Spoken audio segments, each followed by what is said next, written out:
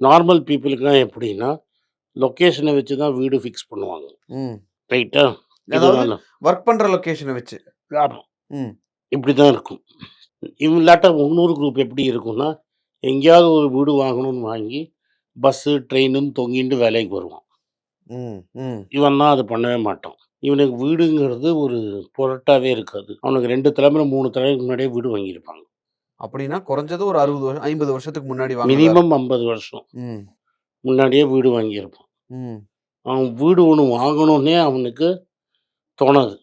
தேவை இருக்காது. தேவையில்ல அவனுக்கு தோணாது. ம். அவன் ஃபோன் இல்லாம வீட்லயே இருந்திருக்க மாட்டான். அவன் ம். வீட்ல கார் இல்லாம அவன் இருந்திருக்கவே மாட்டான். ம். எப்போதுமே கூட ஆள் இருப்பாங்க. ம். அதனால தான் உன்ட்ட அத கேட்டேன் கேள்வி. இது மாரி ரூ. 2,00,000 3,00,000 சம்பளம் வீட்ல, அட்லீஸ்ட் 2 வேலை செய்யறதுக்கு அம்மா வருவாங்க. இருப்பாங்க. எஸ். சமைக்க ஒரு லேடி வருவாங்க. ம். ஒரு டிரைவர் இருப்பான்.